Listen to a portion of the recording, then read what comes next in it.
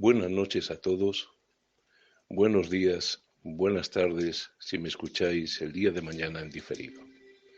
Deseo que la gracia de Jesucristo esté con vosotros en vuestros hogares y con vuestras familias. Estoy gozoso de estar en esta noche compartiendo este momento de adoración y de culto al Señor, gozoso de poder tener el privilegio de compartir este mensaje o esta porción de las Escrituras. Como bien dice el pastor, en este tiempo de enseñanza, el Señor ha puesto en mi corazón el traer este tema y con mucha sencillez me gustaría compartirlo. Quisiera dejar algo de empezar con el estudio, algo bien claro. Primero es que no voy a enseñar nada nuevo, que nadie espere cosas nuevas, luces nuevas, al revés. Todo lo que es en la doctrina, tanto en la buena como en la mala, ya es conocido y ha sido expuesto. Segundo, lo que voy a traer en esta noche es un resumen muy breve de un tema muy amplio, aunque estoy muy seguro que conforme pase el tiempo, muchos de vosotros estaremos cansados y pesados de seguir martilleando a través de los versos lo que vamos a hablar en esta noche. Tercero, el objetivo de este estudio no es rebatir nada, y te voy a decir por qué. Porque durante 500 años, hombres 1000 veces más preparados que yo, con conocimientos de los lenguajes originales, con conocimientos enciclopédicos de las escrituras, han estado y están aún hoy luchando en estas dos posturas opuestas y todavía aún hoy están en tablas. Por lo tanto, sería simplemente un loco si creyera que con mi pobre argumento y argumentación, que con mi escasa capacidad y con mi torpeza inherente, quisiera hacer algo más que explicar a mi pueblo una de las doctrinas de la fe más complicadas con simpleza y con sencillez. Amén. Vamos a empezar, hermanos, con este tema y he puesto en la cabecera del estudio una respuesta a la doctrina de la predestinación, porque es una entre tantas que maravillosos hermanos con el tiempo han expuesto al pueblo. Hay un continuo debate bíblico y filosófico durante los últimos 500 años en torno al equilibrio entre la soberanía divina y la responsabilidad humana. En la actualidad hay dos posiciones fundamentales en el cristianismo protestante con relación a este equilibrio: la teología reformada y la teología arminiana. Esta exposición tiene como fin identificar dentro de un espíritu de respeto y conciliación las áreas de acuerdos y desacuerdos, ofreciendo una base para fomentar la conversación, la comprensión y también, como no, los motivos de discrepancia. Muchos de nosotros hemos aprendido mucho al estudiar y dialogar con maestros y amigos de la tradición reformada que estimamos, apreciamos y admiramos, aunque hemos llegado a conclusiones diferentes sobre ciertos aspectos de la salvación personal. ¿Cómo comenzó todo esto? A la teología reformada se la suele llamar calvinismo, en honor a Juan Calvino. Esta designación no es del todo precisa. Muchas ideas asociadas con el pensamiento reformado encuentran su expresión aproximadamente unos 1000 años antes en los escritos de Agustín de Hipona, el cual tomó muchos de sus conceptos para describir su teología de su antigua religión, el maniqueísmo gnóstico. Calvino fue sucedido por Teodoro de Beza, quien reconstruyó considerablemente las ideas de Calvino. La posición que mantiene la Iglesia Evangélica Filadelfia, a la cual nosotros pertenecemos, creo que es bueno decirla, se la denomina arminianismo por Jacobo Arminio. Jacobo Arminio fue un elogiado estudiante de Teodoro de Beza, quien fue quien reconstruyó considerablemente las ideas de Calvino. Jacobo Arminio, en el proceso de defender conceptos reformados, terminó discrepando con Calvino y Beza en los temas de la gracia irresistible, la predestinación y el libre albedrío. Luego de su muerte, los seguidores de Arminio desarrollaron su pensamiento en más profundidad en un artículo llamado Los 5 artículos de la oposición, llamados también Los 5 artículos del reproche, en 1610. Unos 9 años después de la muerte de Jacobo Arminio, en el Sínodo de Dort, los teólogos reformados respondieron en detalle con un documento denominado Los Cánones de Dort, y se dio a la teología reformada su forma fundamental y actual.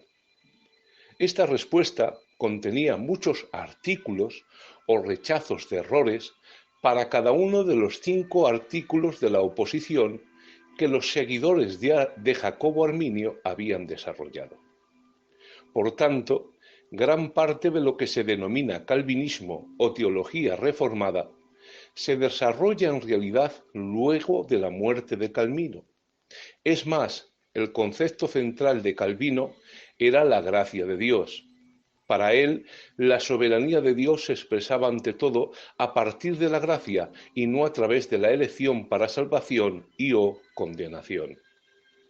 Muchos historiadores y teólogos, incluso un número que se autodenomina reformado, coinciden en que Calvino actualmente necesariamente no sería calvinista, ya que no estaría del todo de acuerdo con la corriente principal de la teología reformada.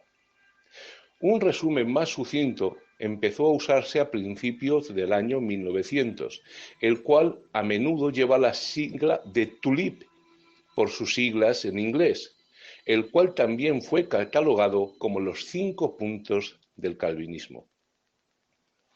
No todos los eruditos reformados concuerdan con la postura de que estos 5 puntos comunican con precisión los cánones de Dort, aunque sí creen que son un marco útil para expresar las diferencias fundamentales entre el arminianismo clásico y las posiciones reformadas. Con el paso de los años, el arminianismo fue luego desarrollado por Juan Wesley. Juan y Carlos Wesley llegaron a ser partidarios destacados de la teología arminiana, introduciéndola como una posición dominante en la teología norteamericana. Por contraste, hombres tan famosos como George Whitefield y Jonathan Edwards adoptaron el pensamiento reformado. Con todo y a pesar de eso, de sus diferencias teológicas, recuerden este dato: Wesley y Whitefield eran amigos y compañeros de trabajo. Aunque discrepaban en diferencias teológicas, tenían una hermosa amistad y trabajaban juntos. Los pensadores reformados han producido con el paso de los años muchos más escritos que los arminianos, mayormente en torno a esta teología. Esto es el resultado de lo que podría llamarse el constructo reformado. Significa la construcción teórica para resolver un problema determinado, pues ellos lo necesitan mucho más que nosotros para explicar cuestiones difíciles de entender con la mera lectura de la Biblia, como por ejemplo, ¿cómo puede un niño, según ellos, no ser salvo, a no ser, como ellos dicen, que sea parte de los elegidos de Dios, cuando con la mera lectura de la Biblia, la idea a la cual puede llegar una persona es totalmente diferente? La teología arminiana no exige un argumento filosófico complejo, ya que parece ajustarse más o de forma más natural a la lectura directa de la Biblia y también a su práctica real en la vida cotidiana. Es decir, nuestra comprensión de Dios de la escritura y de la práctica en el mundo real parece ser que coinciden mucho más con la postura arminiana, por lo cual no se requiere la creación de un sistema teológico o filosófico complejo para justificar posturas doctrinales, pues en vez de filosofear en base a doctrinas, como hacen en muchas ocasiones los teólogos reformados, nosotros simplemente tratamos de explicar el texto en su contexto. El pensamiento reformado, por contraste, parte de una perspectiva teológica en torno a la naturaleza de Dios, en particular, a su soberanía, en contraposición con la inhabilidad humana, y luego, a partir de ahí, construye un sistema en torno a esa idea. ¿Qué es lo que nosotros creemos? ¿Qué es el arminianismo derivado de los 5 artículos del reproche? Los voy a resumir en 5 declaraciones. Número 1. La salvación o condenación final de una persona es el resultado de la fe o la incredulidad de una persona. Número 2. La expiación que Dios provee es suficiente para todas las personas, pero solo se aplica a aquellas que confían en Él. Por tanto, la expiación está limitada al creyente, aunque no por Dios, sino por la persona que confía o decide no hacerlo. Número 3. Ninguna persona puede salvarse a sí mismo sin la ayuda del Espíritu Santo. Sin Él, nadie puede responder a la voluntad de Dios de que todos sean salvos. Número 4. La gracia de Dios, aplicada por el Espíritu Santo, es la única fuente de bien y de salvación humana. Sin embargo, el hombre puede resistir esta gracia. Y número 5. La gracia de Dios en la vida del creyente permite que éste resista al pecado, y Cristo lo guarda de caer. Pero sí somos capaces, por negligencia, de abandonar de nuevo su vida en Cristo, regresando nuevamente a este mundo malvado, de apartarnos de la sana doctrina que nos fue dada y de perder una buena conciencia siendo desprovistos de la gracia. Estos son los 5 argumentos en los cuales Jacobo Arminio funda su teología. La teología reformada, más conocida por el acrónimo TULIP, por su sigla en inglés, en contrapartida a lo que hemos dicho, enseña esto. Número 1. Depravación total. Toda persona es esclava del pecado y nadie puede elegir a Dios. Esto no significa que cada persona llegue a ser tan malvada como podría llegar a ser, o que hay o haya una ausencia total de cualquier cosa que podríamos llamar buena, sino que significa que cada aspecto de la vida humana fue degradado por el pecado. Aquí, en este punto, los teólogos arminianos están de acuerdo con la teología reformada. Los pensadores arminianos están de acuerdo en que el hombre es incapaz de salvarse a sí mismo. Ningún sistema principal de teología arminiana cree que las personas pueden gozar de buena relación con Dios por su propia decisión o esfuerzo. El segundo punto de la teología reformada es la elección incondicional. Ellos dicen que Dios escogió desde la eternidad a aquellos que iba a salvar. Esta elección está basada únicamente en su soberanía y no en lo que él sabía en base a su presciencia sobre los escogidos. Al no escoger a otros, Dios decide retener la misericordia de algunos, condenándolos así por esta elección. Los teólogos reformados argumentan que todos los seres humanos son merecedores de la ira de Dios y que la salvación de cualquier persona es simple y llanamente la demostración de la soberanía y de la gracia de Dios. La doctrina de la elección o predestinación es enseñada ciertamente en las Escrituras. Sin embargo, Tal elección no se refiere necesariamente a la salvación eterna de un grupo o individuo en particular, sino más bien a la preordenación para el ejercicio de ciertos roles o papeles en el plan de Dios. Entre los predestinados a desempeñar roles específicos en el logro de la redención, el personaje principal es nuestro Redentor, el Señor Jesucristo. La elección de Jesús es el acto principal y primario de la predestinación. La Biblia nos enseña que Jesucristo fue elegido desde antes de la fundación del mundo para ser nuestro Salvador.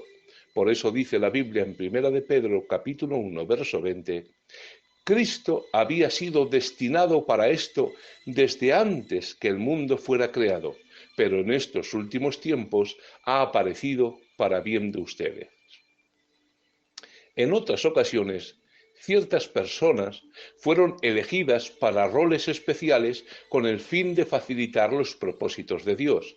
Por ejemplo, Dios eligió a los 12 apóstoles como instrumentos para establecer su iglesia. Sin embargo, podemos notar que tal elección divina fue siempre para el servicio y nunca para la salvación.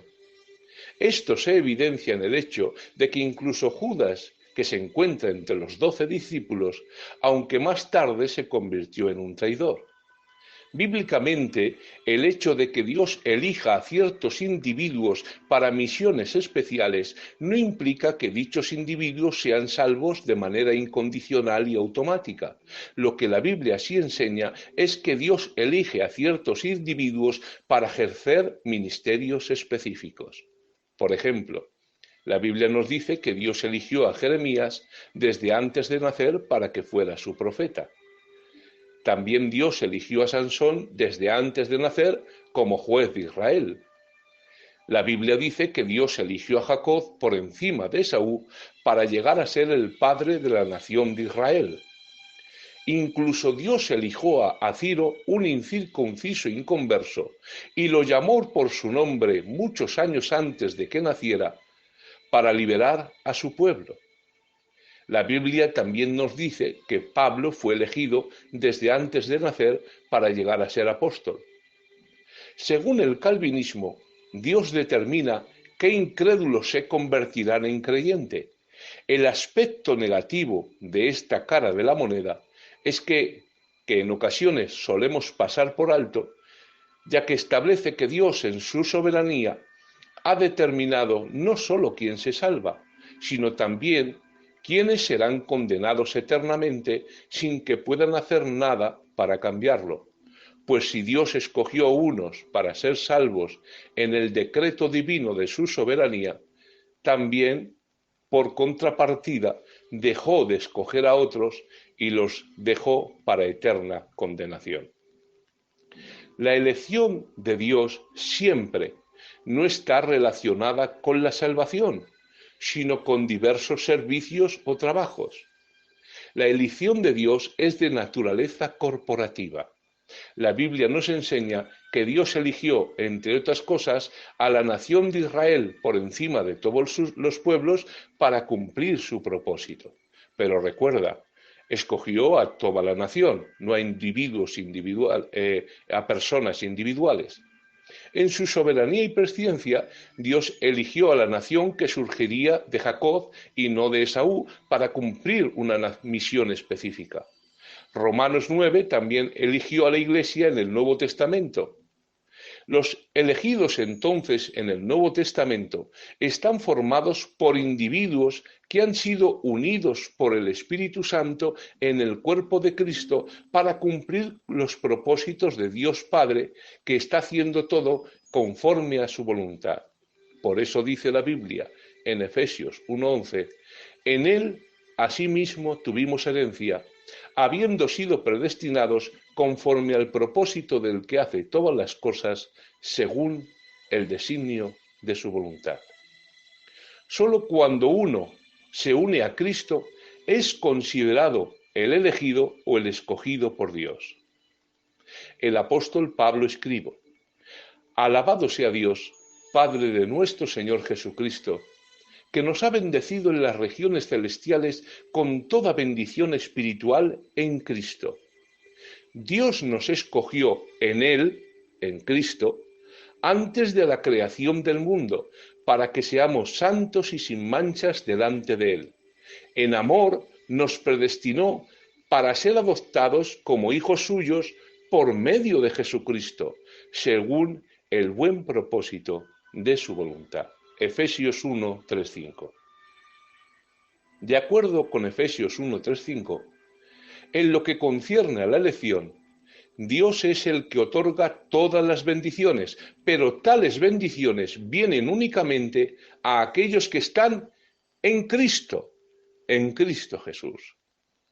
Este pasaje también nos enseña que antes de que Dios creara el mundo, Él escogió algo para aquellos que llegaran a estar en Cristo. Ese algo que Dios eligió para ellos es que fueran hechos santos y sin mancha delante de Él. Efesios 1:4. Por lo tanto, escuchen bien, el texto no indica que Dios nos eligió para estar, no indica, que Dios nos eligió para estar en Él, sino más bien predestinó que aquellos que llegaran a formar parte del cuerpo de Cristo fueran hechos santos y sin mancha delante de Él, adoptados como hijos suyos por medio de Jesucristo. La lección que entendemos aquí, la vuelvo a repetir, porque es muy importante, y es que Dios, antes de que Dios creara el mundo, Él escogió el predestinarnos, pero solamente en base a algo. Solo cuando una persona se une a Cristo es considerado elegido o escogido por Dios. La elección de Dios de los que creen en Cristo es una enseñanza importante para el apóstol Pablo, como muchos versículos lo atestiguan. El término elección se refiere a Dios escogiendo en Cristo a un pueblo a quien Él destina para ser santo e irreprensible ante sus ojos. Pablo ve esta elección como expresión de la iniciativa de Dios, como el amor del Dios infinito al darnos como su creación finita toda la bendición espiritual a través de la obra redentora de su Hijo. La enseñanza de Pablo sobre la elección implica las siguientes verdades. Primera, la elección siempre es cristocéntrica, es decir, la elección de los seres humanos ocurre solo en unión con Jesucristo. Él nos escogió en Él. Efesios 1:4. Jesús mismo es el primero de todos los elegidos de Dios. En cuanto a Jesús, Dios dice: aquí está mi siervo a quien yo he escogido. Cristo, como el elegido, es el fundamento de nuestra elección. Solo en unión con Cristo nos hacemos miembros de los elegidos. Efesios 1:4, 6:7, 9:10, 12:13. Recordar esto, nadie es elegido aparte de la unión con Cristo que es producida por medio de la fe. Segundo, la elección es cristocéntrica. 1. La elección es en Él a través de su sangre. Efesios 1:7. Dios propuso antes de la creación, como dice Efesios 1:4, que nos escogió en Él desde antes de la fundación del mundo, formar un pueblo a través de la muerte redentora de Cristo en la cruz. Así, la elección se fundamenta en la muerte sacrificial de Cristo para salvarnos de nuestros pecados. Tercero, la elección en Cristo es principalmente corporativa, es decir, la elección de un pueblo. Por eso vuelve a decir el verso: según nos escogió en Él antes de la fundación del mundo, para que fuéramos santos y sin mancha delante de Él, en amor, habiéndonos predestinado para ser adoptados hijos suyos por medio de Jesucristo, según el puro afecto de su voluntad. Los elegidos son llamados el cuerpo de Cristo, Efesios 4:12. Mi iglesia, Mateo 16:18. Un pueblo que pertenece a Dios, Primera de Pedro 2:9. Y la novia de Cristo, Apocalipsis 19:7. Por lo tanto, la elección es corporativa. Dios elige un pueblo y abarca a las personas individuales solamente cuando se identifican y se asocian con el cuerpo de Cristo, la verdadera iglesia. Efesios 1, 22 y 23. Cuarto, la elección a la salvación y santidad del cuerpo de Cristo siempre es certera.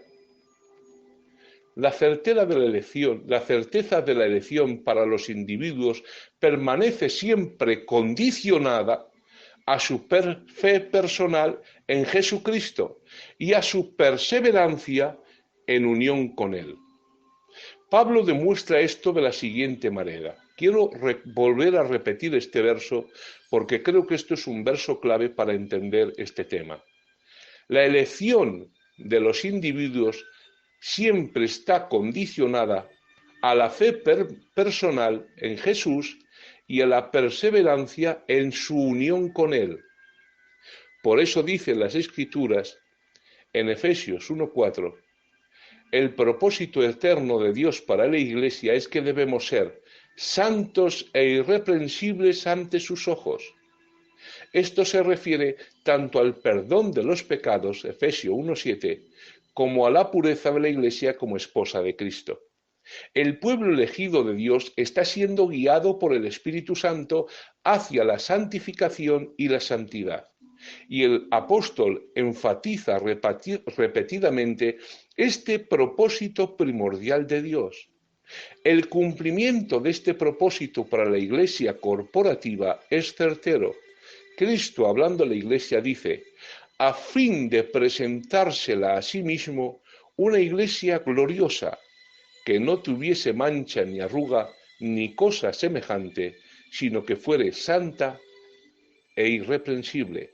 Efesios 5:27.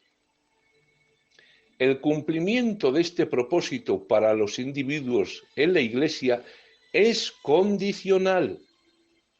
Cristo nos presentará santos e irreprensibles ante sus ojos solo si continuamos en la fe.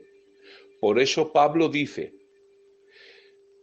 Cristo te presentará santo delante de Él, sin mancha. Y escuchad esto, si en verdad permanecéis fundados y firmes en la fe, y sin moveros de la esperanza del Evangelio que habéis oído.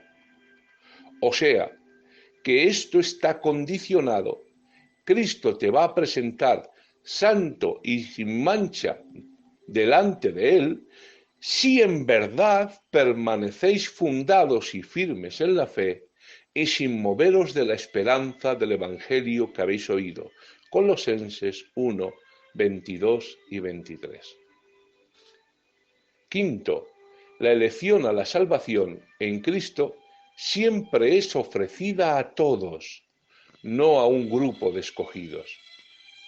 Pero se vuelve real para personas particulares dependiendo de su arrepentimiento y fe si aceptan el don de Dios para salvación en Cristo.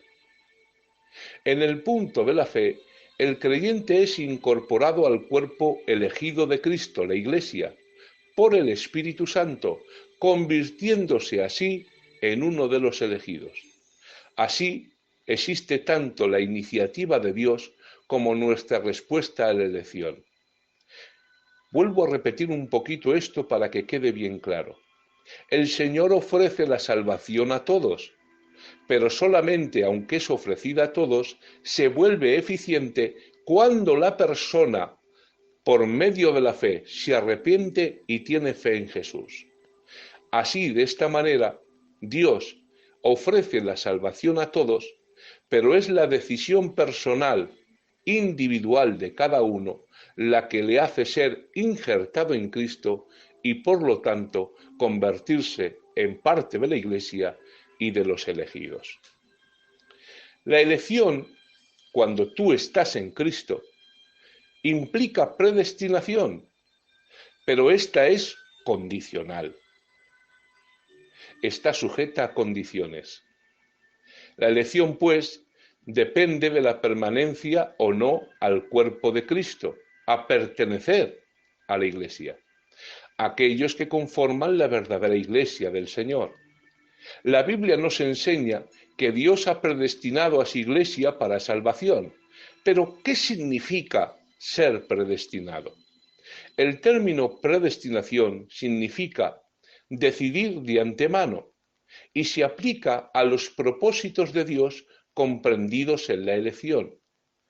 La elección es la elección de Dios en Cristo de un pueblo, esto es, la Iglesia, para sí mismo. La predestinación comprende lo que sucederá con el pueblo de Dios, todos los creyentes de Cristo.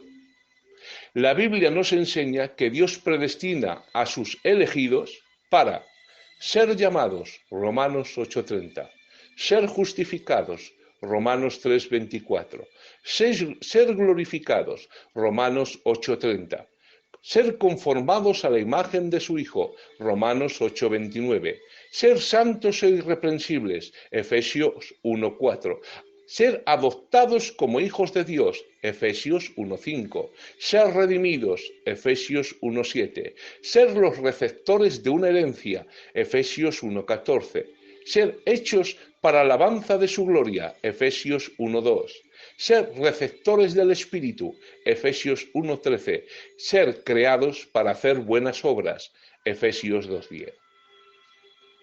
La predestinación, como la elección, se refiere siempre al cuerpo corporativo de Cristo, es decir, a la Iglesia. Te lo traduzco. La predestinación y la elección se refieren a la Iglesia. Comprende a los individuos que solo en asociación con ese cuerpo, a través de la fe viva en Jesús. Sé que algunas personas no me entienden bien. Voy a hacer una pequeña pausa para poner una pequeña explicación. Imagínate que quieres ir a Madrid y vas al autobús, en la estación de autobuses, y tú te subes en el autobús Burgos-Madrid. Yo te digo que mientras estés dentro del autobús, estás predestinado a ir a Madrid. Porque la dirección del autobús no es Barcelona, no es Sevilla, no es Palencia. La dirección del autobús es Madrid. Por lo tanto, mientras estés dentro del autobús, estás predestinado a llegar a Madrid. Y ahora dices, Raúl, ¿y si me bajo del autobús? Entonces la predestinación se ha quitado, porque tú estabas predestinado mientras estuvieras dentro del autobús, en el autobús, pero cuando sales la predestinación desaparece. Imagínate que tú quieres ir a Madrid y te montas en un autobús que es Burgos-Barcelona, y estando dentro del autobús de Barcelona, tú crees o quieres llegar a Madrid. Es imposible, porque el destino de ese autobús nunca va a ser Madrid, va a ser Barcelona. Esto nos enseña con este pequeño ejemplo esta verdad. La predestinación solo existe en Cristo. Cuando tú estás en Cristo, estás destinado a ser salvo, a ser adoptado hijo de Dios, a ser santo, a ser redimidos, a ser receptor de la herencia, a ser hecho para alabanza de su gloria, a ser receptor del Espíritu, a ser creado para buenas obras, a ser llamado, a ser justificado, a ser glorificado, a ser conformado conforme a la semejanza de su Hijo. Pero todo es dentro del autobús. La predestinación existe dentro de Cristo. En el momento que usted se baja del autobús, usted ya no está predestinado a todo eso, ni solamente a llegar a Madrid. Por eso, hermanos, el estar en Cristo existe predestinación estando, porque el destino de los que están en Cristo es directamente al cielo. Solo estamos predestinados en Él. Cuando somos parte de la Iglesia, existe predestinación. Cuando salimos de la Iglesia, esa predestinación a salvación desaparece. Nadie fuera de la verdadera Iglesia está predestinado para salvación. Y segundo, el que está predestinado para salvación es el autobús y el que está metido dentro. ¿Esto qué significa? Que usted fuera de la Iglesia no está predestinado. Solamente es en Cristo. Dios no predestina a individuos. Dios predestina, en este caso, una corporación, el cuerpo de Cristo, el grueso de creyentes, la Iglesia del Señor Jesucristo. La verdadera Iglesia, el que está en la verdadera Iglesia está predestinado para salvación, pero una vez dentro, permanecer en ella o no es tu decisión. Por eso no hay predestinación individual. Dice la Biblia en el libro de Juan, capítulo 15, versos 4 y 6, permanezcan en mí y yo permaneceré en ustedes. Así como ninguna rama puede dar fruto por sí misma, sino que tiene que permanecer en la vid, así tampoco ustedes pueden dar fruto si no permanecen en mí. Yo soy la vid y ustedes son los pámpanos. El que permanece en mí como yo en él, dará mucho fruto. Pero escuchad, separados de mí, nada podéis hacer. El que no permanece en mí es desechado, se seca, lo recogen y después lo arrojan al fuego y se quema. Con qué sencillez las Escrituras explica lo que yo llevo media hora hablando y hablando. Solo el que está en la vid, teniendo una relación vital con la vid, solo el que permanece en la vid puede dar fruto. Amén. Qué maravilla es la palabra de Dios. Así pues, bíblicamente, la elección es condicional. Está supeditada a la pertenencia al cuerpo de Cristo y a permanecer en él. Para aquellos que permanecen hay un destino establecido, la vida eterna. El autobús que sale de Burgos a Madrid y que está predestinado a llegar a Madrid, no a Barcelona. Otra cosa que me gustaría comentaros es que la elección, a nuestro modo de ver, no se basa en la soberanía de Dios, sino que se basa en la presciencia de Dios. Las Escrituras enseñan que Dios predestinó a aquellos a quienes Él conoció de antemano. Romanos 8:29, porque a los que antes conoció, también los predestinó para que fueran hechos conforme a la imagen de su Hijo. Y las Escrituras muestran que Dios elige de acuerdo con su conocimiento previo. Por eso dice las Escrituras en 1 de Pedro 1:2, elegidos según la presciencia de Dios el Padre, en santificación del Espíritu, para obedecer y ser rociados con la sangre de Jesucristo. Pedro dice que somos elegidos según el preconocimiento del Dios. El verbo griego lleva el significado de algo homogéneo y en armonía.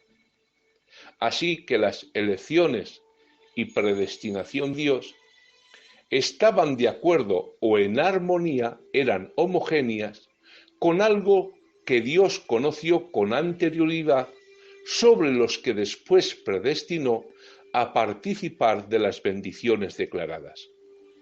¿Qué podría haber sido esto?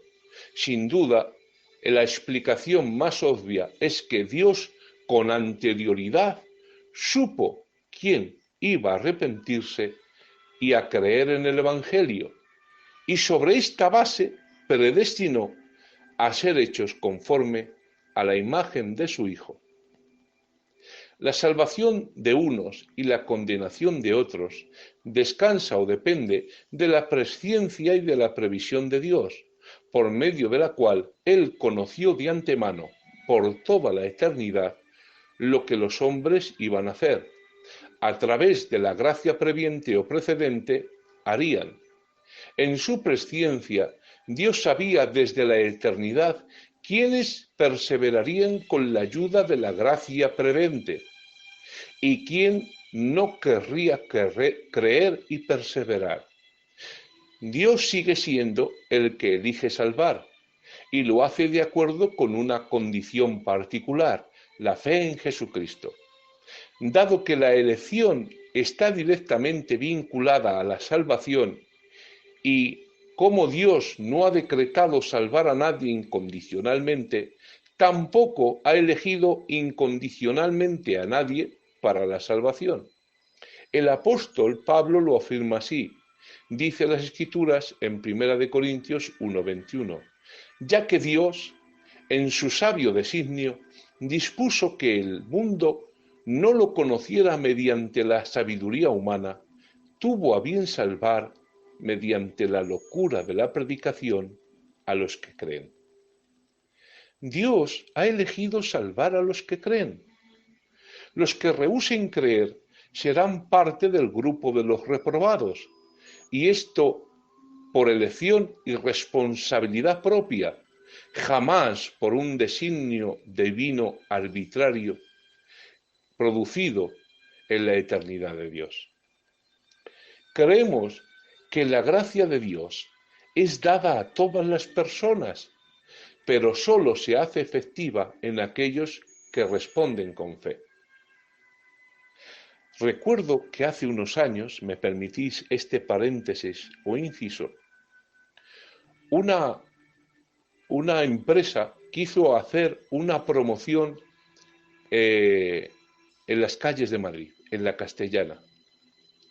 Y en un año en el cual un equipo español iba a llegar a la final de Champions, no había ya ni una sola entrada por mucho que la buscaras. Los precios eran desorbitantes, 2.000 o 3.000 euros la entrada para la final de la Champions. ¿Y sabe lo que hizo esta empresa?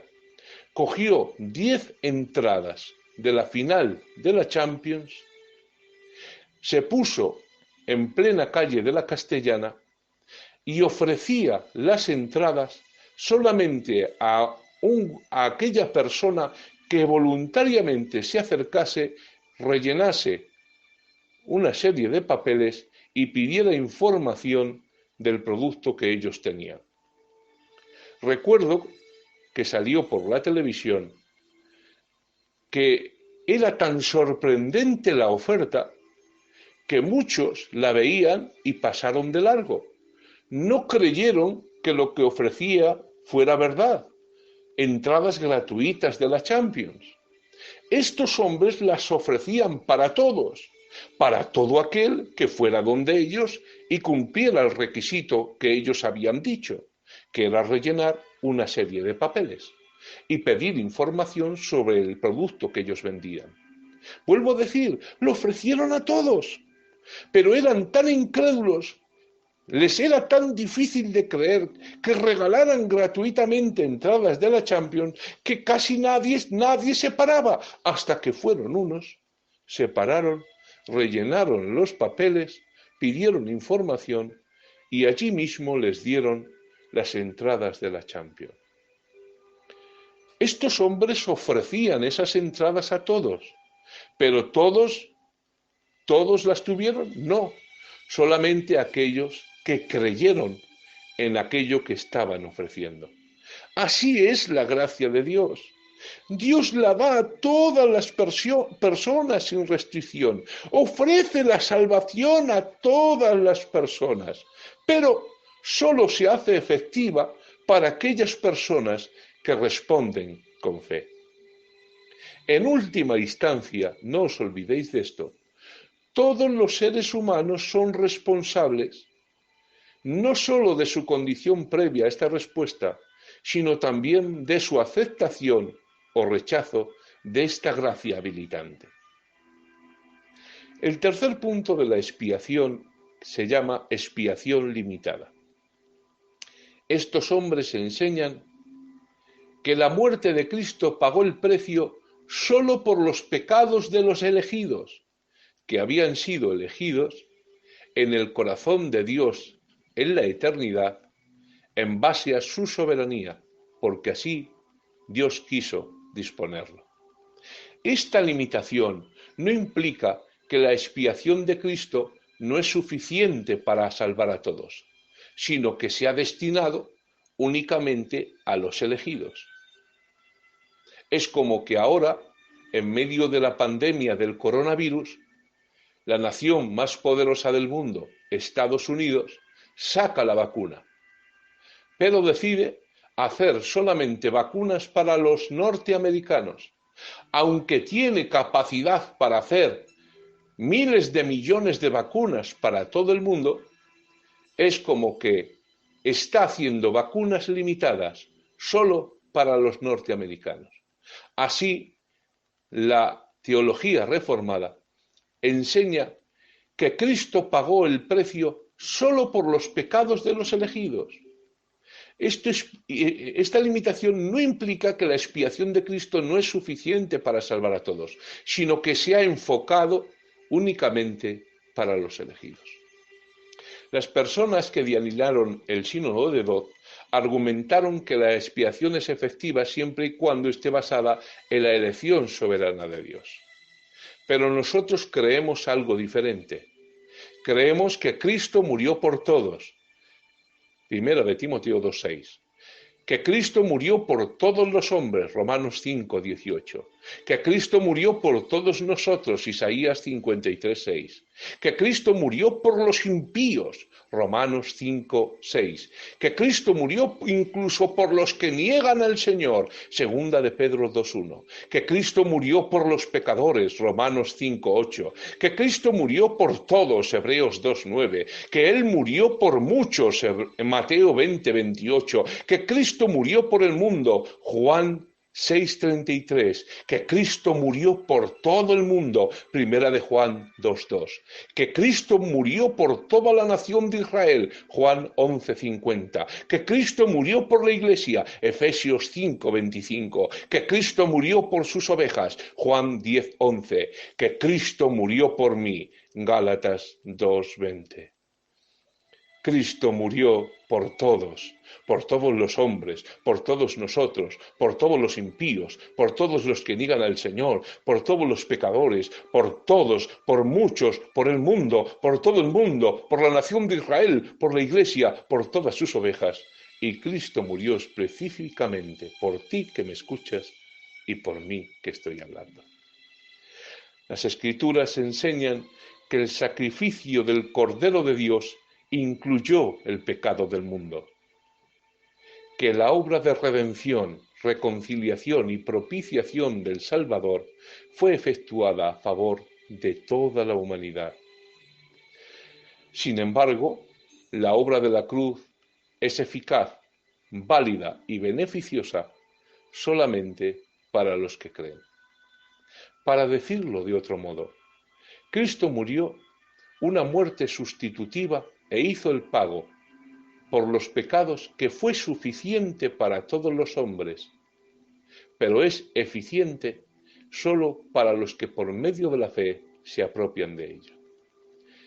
Creo en la expiación ilimitada.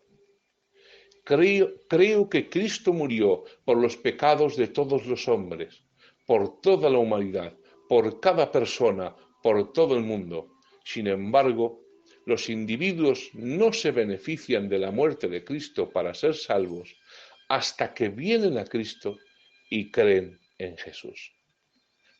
El don de Dios ha sido comprado, ofrecido y presentado a todos los hombres, pero tiene que ser recibido personalmente por la fe. Por eso argumentamos que la expiación es potencialmente efectiva para todos y que su verdadera eficacia se basa en la decisión del individuo, que a su vez es habilitada por el Espíritu de gracia, la gracia preventiva, y por el conocimiento previo de Dios de esa decisión. Maravilloso es el Señor. El cuarto punto es la gracia irresistible. La teología reformada enseña que las personas a quienes Dios determinó salvar se acercarán inevitablemente a la fe salvadora. En este sentido y en última instancia, la obra del Espíritu Santo no puede ser resistida. Esto coincide con la creencia de la elección incondicional, que en esencia niega la participación humana a la hora de responder al llamado de Dios a la salvación. Claramente, la perspectiva que nosotros tenemos es otra. La gracia de Dios sí puede ser resistida. Creemos que la gracia de Dios en la vida del creyente permite que éste resista el pecado y Cristo lo guarde de caer. Pero somos capaces, por negligencia, de abandonar de nuevo la vida en Cristo, regresando nuevamente a este mundo malvado, de apartarnos de la sana doctrina que nos fue dada y de perder una buena conciencia siendo desprovistos de la gracia. El creyente puede resistir la gracia. La gracia puede ser resistida. Y para no alargarme mucho, el quinto punto de la teología reformada corresponde a la perseverancia de los santos. Y esto enseña que todos aquellos que fueron elegidos por Dios, los elegidos, permanecerán en la fe. Si alguno se aleja, es por dos motivos: o bien nunca fue salvo, o al final se arrepentirá y volverá de nuevo a la vida de la fe. Pero esto no es lo que creemos nosotros. Lo que creemos nosotros es lo que está expreso en Juan 15:6.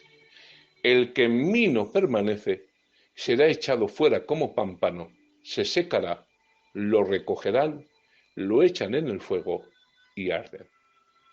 Al mirar la expresión, el que en mí no permanece, Jesús está hablando de un pámpano, una parte integral de la vid, la cual no permaneció y por eso será echado al fuego. Si estaba en él, era salvo, pero si se aleja y rehúsa permanecer en él, será echado fuera, se secará y será echado en el fuego. Aun en este texto Jesús está reconociendo el libre albedrío del ser humano y su papel en la salvación humana, pues menciona la existencia de personas que no quieren permanecer en él y se pierden por voluntad propia. Juan 10:28 es uno de los versículos favoritos de los calvinistas para defender su postura, pues dicen: y yo les doy vida eterna y jamás perecerán, y nadie les arrebatará de mi mano. Es verdad que nadie nos puede arrebatar de las manos del Padre y de las manos del Hijo, que Dios nos da vida eterna y no temporal. Es verdad que Dios nos ayuda a perseverar, pero eso nos niega la realidad de la apostasía. El calvinismo sí lo niega. Niega que alguien pueda ser cristiano, pueda ser parte del cuerpo de Cristo y volverse hacia atrás y apostatar. Ellos dicen que si hacen eso nunca fueron salvos. Sin embargo, la Biblia lo afirma. Primera de Timoteo, capítulo 4, verso 1 y 2 dice: el Espíritu dice claramente que en los posteros tiempos muchos apostatarán de la fe. Y la palabra apostatar significa dejar atrás o volver hacia atrás. Esto implica que estuvieron, pero se volvieron hacia atrás. La realidad de la apostasía es el gran motivo de exhortación de toda la carta de Hebreos.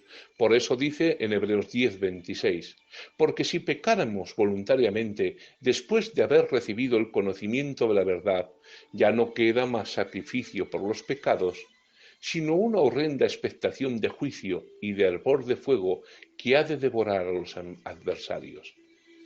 El que viola la ley de Moisés por el testimonio de 2 o 3 testigos muera irremisiblemente. ¿Cuánto mayor castigo pensáis que merecerá el que pisoteare al Hijo de Dios y tuviere por inmunda la sangre del pacto en la cual fue santificado e hiciere afrenta al Espíritu de gracia? Pero nosotros no somos de los que retroceden para perdición, sino de los que tienen fe para preservación del alma. Amén. Y también en Hebreos 6:4 nos recuerda esta terrible verdad, porque es imposible que los que una vez fueron iluminados y gustaron del don celestial y fueron hechos partícipes del Espíritu Santo y asimismo gustaron de la buena palabra de Dios y los poderes del siglo venidero y recayeron, sean otra vez renovados para arrepentimiento, crucificando de nuevo para sí mismo al Hijo de Dios y exponiéndole al vituperio, porque la tierra que bebe la lluvia que muchas veces cae sobre ella y produce hierba provechosa a aquellos por los cuales es labrada, recibe bendición de Dios.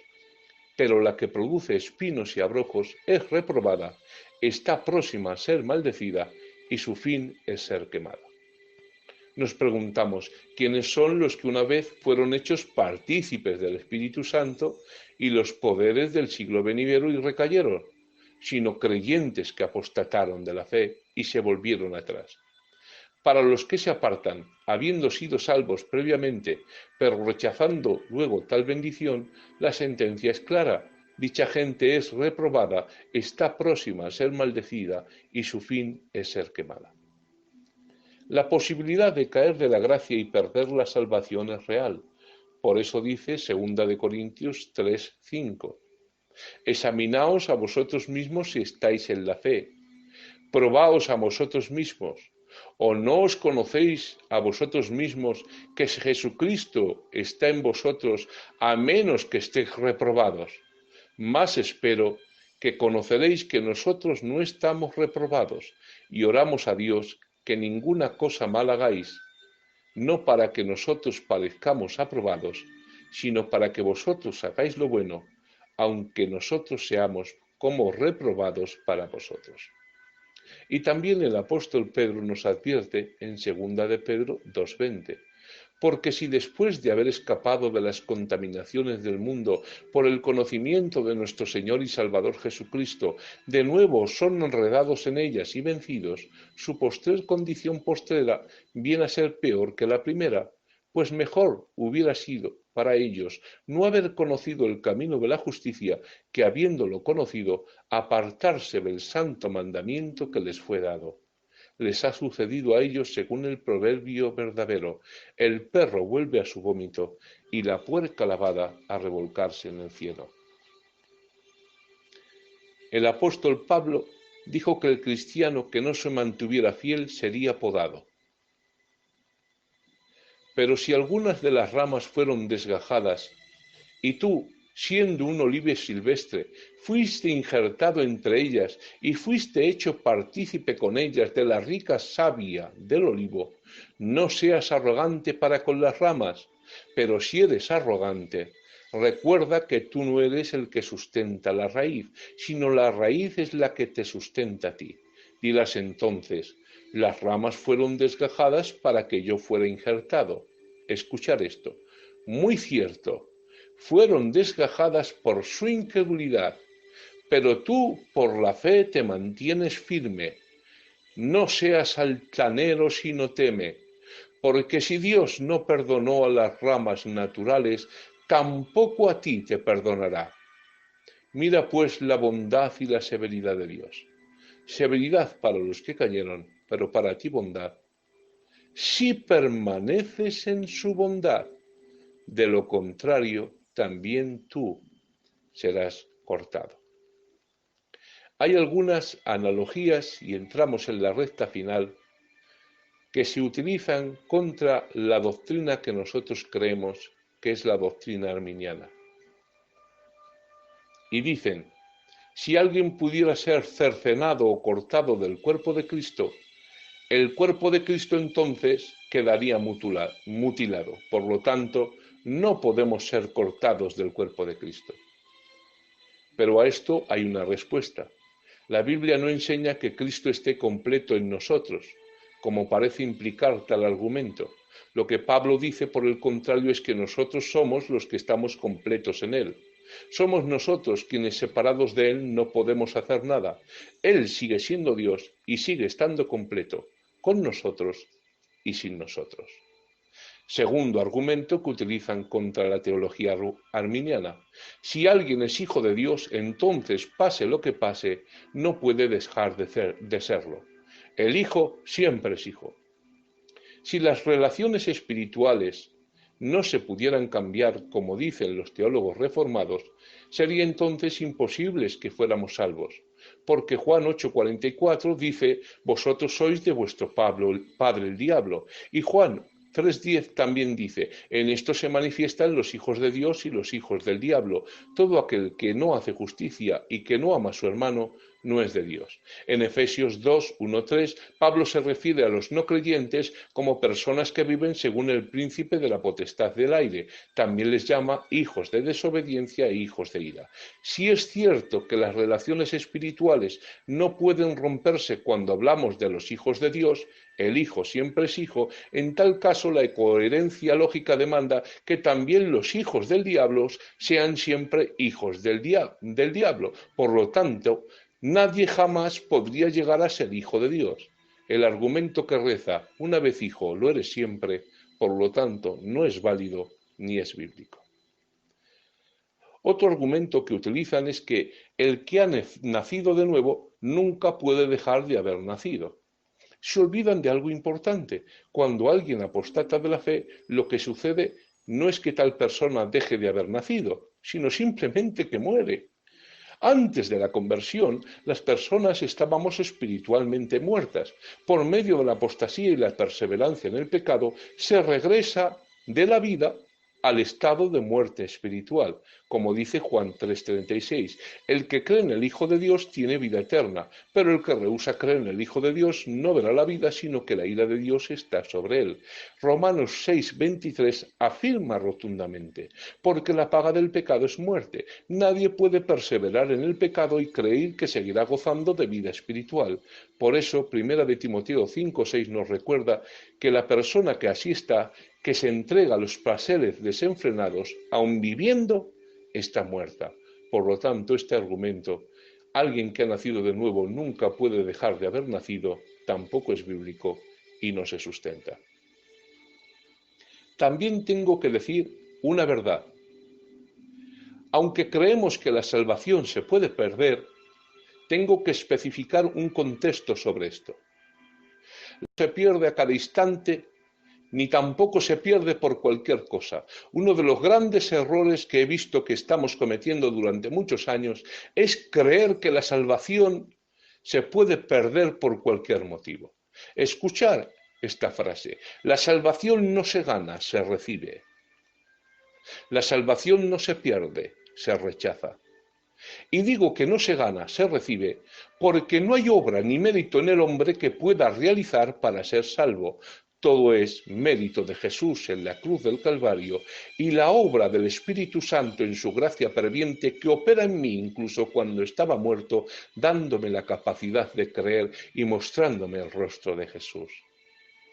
Y también digo que la salvación no se pierde, se rechaza, porque la salvación, a pesar de lo que muchos han predicado, no es un chicle, no es una llave, no es una moneda que cualquiera en un acto inconsciente o involuntario la pueda perder sin darse cuenta.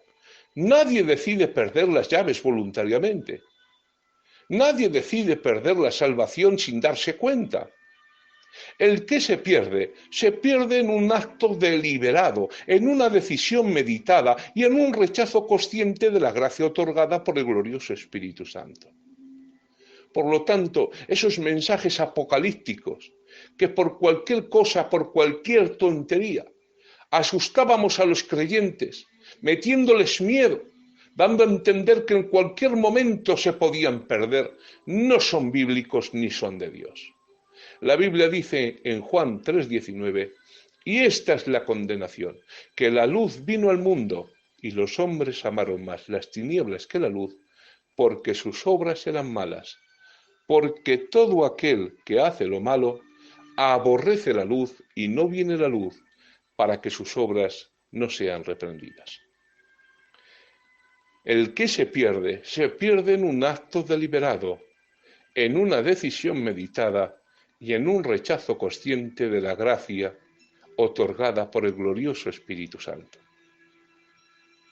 Debe notarse que hay peligros en las expresiones extremas tanto del grupo reformado como del grupo arminiano.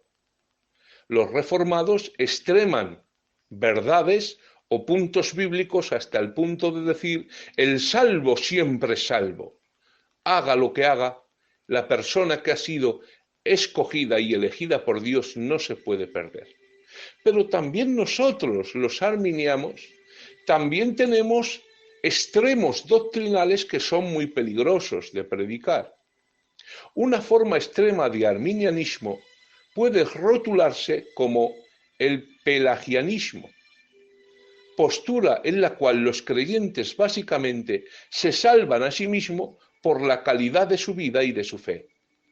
Pelagio arguía en el pasado que la naturaleza humana no tiene corrupción innata, sino que sus malas inclinaciones se deben a los ejemplos ajenos y al ambiente donde vivimos. Las facultades naturales, decía Pelagio, de la humanidad no tendrían nada que ver con la caída de Adán, pues no existía ese pecado o inclinación al mal. Los hombres, decía, de por sí tienden al bien y por esta razón merecen el cielo por sus propios méritos. Esta declaración doctrinal, el pelagianismo, fue condenada como herejía en el Concilio de Cartago en el 416. Años después, seguidores de Pelagio hicieron una declaración similar pero más mezclada. A esto se les llama semipelagianos. Sostenían cierta independencia del hombre con respecto a la acción de Dios. Pensaban que son las buenas obras, las penitencias y las plegarias las que santifican al hombre por propio mérito. Con ello dejaban en mal lugar la acción de la gracia divina. Tal doctrina, además de imprecisa, se alejaba de la enseñanza del Evangelio. Yo soy la vid, vosotros los pámpanos, el que permanece en mí y yo en él, éste lleva mucho fruto, porque separados de mí nada podéis hacer. El segundo concilio de Orange, en el 529, también volvió a condenar tanto el pelagianismo como el semipelagianismo. Conclusión, y ya termino. Mientras que en asuntos teológicos hay claras diferencias entre los que nos autodenominamos arminianos y nuestros hermanos reformados, ciertamente es más lo que nos une que lo que nos separa. Que quede bien claro a todos los que me escuchan. Nuestros hermanos reformados son hermanos en la fe. Escuchar bien esto. En el año 517 nació la Reforma de Lutero. De ahí salió lo que ahora nosotros conocemos como reformados en el año 1520, 3 años después. De la rama reformada salieron en el año 1534 los anglicanos. De la rama anglicana no fue hasta el año 1750 que salió el metodismo, cuyo padre fundador fue Juan Wesley. No fue hasta el año 1886, en una serie de reuniones al aire libre y convenciones, que los maestros de la santidad, los metodistas fundados por Juan Wesley, proclamaron el bautismo del Espíritu Santo. El paso decisivo se dio en los albores del siglo XX en la ciudad de Topeka, Kansas, y allí se formuló la doctrina de que hablar en otras lenguas, por supuesto no conocidas por el sujeto, era la evidencia inicial de que alguien había recibido el bautismo del Espíritu Santo. Pronto, esta enseñanza empezó a ganar apoyo especialmente en el sur de Estados Unidos al comienzo del siglo XX, pero sería en el avivamiento que comenzaría en la calle Azusa, Los Ángeles, 1906, Estados Unidos, el que formaría la conexión entre el bautismo del Espíritu Santo y las lenguas. Y allí se considera que nació el movimiento pentecostal. Cientos y miles de personas de todas las partes de América, de Europa y de incluso del tercer mundo fueron a la iglesia de la calle Azusa, volviendo con sus mensajes a sus lugares de origen. El fuego se esparció rápidamente, resultando en la formación de muchas iglesias. Para que lo sepáis, los que más tarde fueron los presidentes de la denominación Asambleas de Dios se convirtieron allí, en la calle Azusa, en 1906, en el avivamiento considerado el origen del movimiento pentecostal. Y en el año 1914, Asambleas de Dios estableció su doctrina que ahora conocemos. Con el paso de los años, Asambleas de Dios empezó a extenderse por el mundo y abrió iglesias por todos los países del mundo y fueron predicando el Evangelio. Un ministerio de Asambleas de Dios en la ciudad de Brest, en Francia, en el año 1952, comenzó su ministerio a favor de los gitanos cuando estos gitanos convertidos vinieron a decirle que ningún pastor quería bautizarlos. Viendo esta realidad y este desprecio ante estos gitanos convertidos, que ningún ministerio oficial quería bautizarlos, este hombre, en 1954, fundó la misión evangélica Vida y Luz en Francia. Ese ministerio era nuestro amado y recordado Clement Lecosset. Años después, yendo unos gitanos de España a Vendiviar a Francia, allí les predicaron el Evangelio y llenos y conmovidos por el poderoso Espíritu Santo, vinieron a España con las buenas nuevas y empezaron a predicar con gloria y con poder. Y allí se fundó la Iglesia Evangélica Filadelfia. La Iglesia Evangélica Filadelfia, venimos de Vida y Luz de Francia, que vienen de Asambleas de Dios, que vienen de la calle Azusa, el origen del movimiento pentecostal, que viene de la ciudad de Topeka, Kansas, que viene de las reuniones al aire libre de los maestros de santidad metodistas, que vienen de Juan Wesley, fundador del metodismo, que viene de la rama anglicana, que viene de la rama reformada, que salieron de la reforma en el año 1517. Son nuestros hermanos, porque no salieron los reformados de nosotros, sino nosotros de los reformados. Si decimos que no son hermanos en la fe y son herejes, entonces como consecuencia lógica nosotros tampoco lo somos. Es como que uno se convierte en Filadelfia, se hace predicador, con el tiempo escucha otras doctrinas, rechaza Filadelfia, se va a otra misión y después dice que Filadelfia no es de Dios. Hijico, si Filadelfia no es de Dios, hermanuco, como tú te atreves a decir, entonces tú tampoco lo eres, porque tú saliste de Filadelfia y fue en Filadelfia donde conociste a Dios. Repito, mientras que en asuntos teológicos hay claras diferencias entre los reformados y los arminianos, ciertamente es más lo que nos une que lo que nos separa. Tengo que dejar bien claro, son hermanos en la fe. Sin embargo, cuando el pensamiento reformado se profundiza y se lleva al extremo, como nosotros opinamos que ha sucedido, eliminando la responsabilidad humana, debemos rechazarlo y permanecer fieles al llamado y al ejemplo de Cristo y de sus discípulos de guiar a todos al Señor y ofrecerles salvación. Hasta aquí el estudio en esta noche. Gracias por vuestra paciencia. Gracias por escucharme, os mando un abrazo muy fuerte y que Dios os bendiga mucho.